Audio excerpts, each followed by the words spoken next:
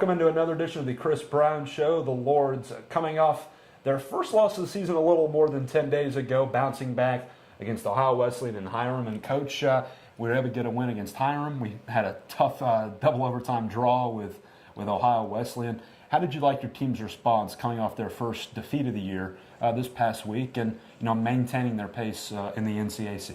Well, it's a good question. I think we showed some progress during the week. I think the lads are always up to play Ohio Wesleyan, so it's not really a good test of where we're at mentally. That being said, I thought we played a lot better in the second half and in overtime in terms of some urgency in the final third. I think that was definitely something you could pick up on. The game against Hiram, I thought we were very poor in the first half. I thought the just lethargic and we were sort of almost like waiting for things to happen instead of making them happen ourselves. So we've talked about it a lot. About urgency and intensity and all that kind of stuff. I think I don't think it's a hubris issue. I think there's just the lads are a little bit comfortable right now. And I think maybe there's a fine line between being comfortable and being complacent. And I think a little bit on Saturday and a little bit against Wabash, we morphed from comfort to complacent, to be honest. How do you battle? How do you in practice or verbalize to the guys getting away from that?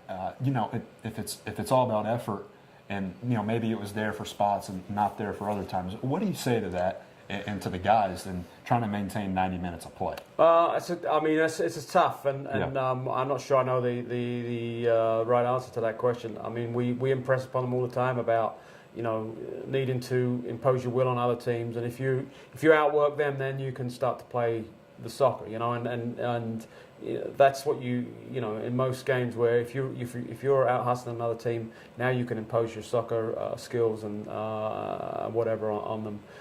So we talk about it a lot. We talk about what's at stake. It's a short season.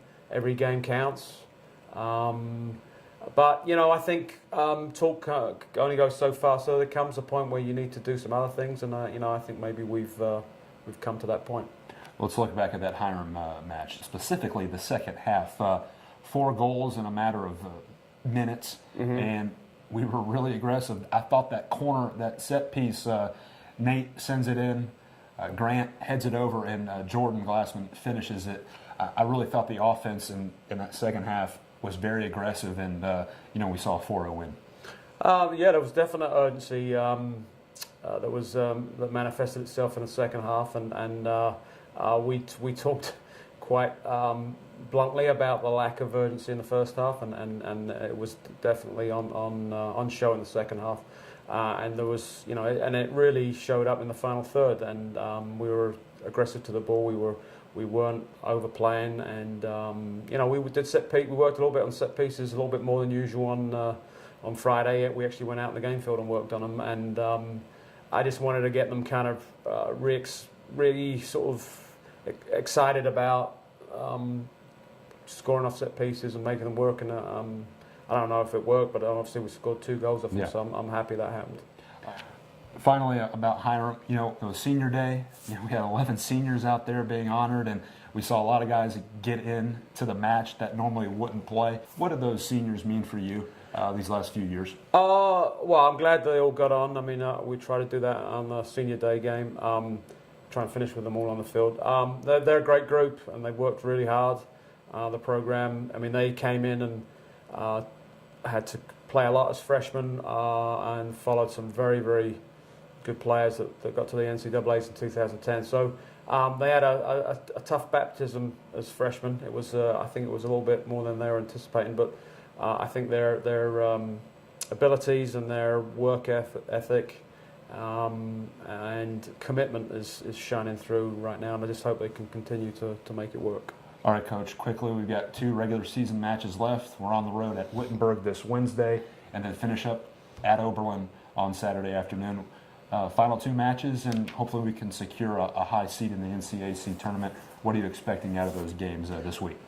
Well, we've got to play on turf at Wittenberg, so it won't be easy. They're having a bit of a tough season, but if you look, and I actually was looking just a few minutes ago at their record, and they've played some very good teams and played them tough. So I don't think they're going to be a walkover by any stretch of the imagination. And I think the same can be said for Oberlin. I mean, they had a very good year last year, and they're obviously not having the kind of season I think they probably were anticipating, but I think they'll be up to play us. They've got a great field, so that should suit us. So I think if we have the right attitude, we can win both games, but we're going to have to be ready to play mentally. So. All right, Coach. Let's go out of bounds now with Coach Brown. All right, being around the game of soccer your whole life, would you rather score the game-winning goal or come up with the defensive stop for a team victory? Personally, yes. I would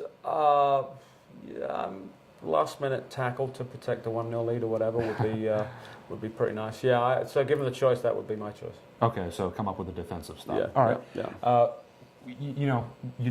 We like reading books. You do quite a bit. Killing Pilgrim, you mentioned that I think 4 weeks ago as a book you've read, and then you just told us a moment ago you finished 4 books in the last week or so, which is couple of impressive. weeks. Anyhow, what are you on right now? Are you going to hand out any books for Halloween instead of candy this Friday night? Yeah, I don't think the kids in our neighborhood would like it. I've been reading some Irish books recently, so my favorite genre is crime, noir crime stuff or espionage stuff. So recommendations, Northern Irish guys, I like Adrian McKinty, just wrote a trilogy about the troubles in the 1980s in Northern Ireland, and he's also written some other very good books, so I'd recommend him. And a guy called Stuart Neville, he's also written some very good books.